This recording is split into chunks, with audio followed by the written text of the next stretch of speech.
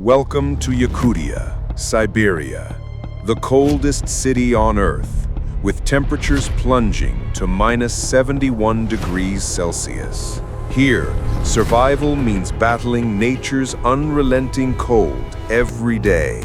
At -71 degrees Celsius, the cold freezes everything, even skin within minutes. The sun barely rises here, casting long, endless nights. Survival here is an art. The Yakut people thrive in this brutal cold. The cold freezes time, but the Yakuts are masters of survival. They've adapted for centuries, thriving in Siberia's harshest conditions. This is how we honor. Here, the cold isn't feared, it's embraced, and survival becomes second nature. This land isn't just cold, it's a place where time and survival dance in perfect rhythm. In Yakutia, beauty emerges from survival against nature's most extreme forces.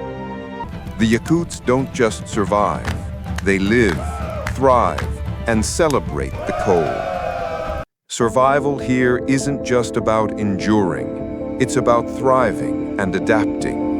This is Yakutia, a land where every inch tells a story of strength and survival.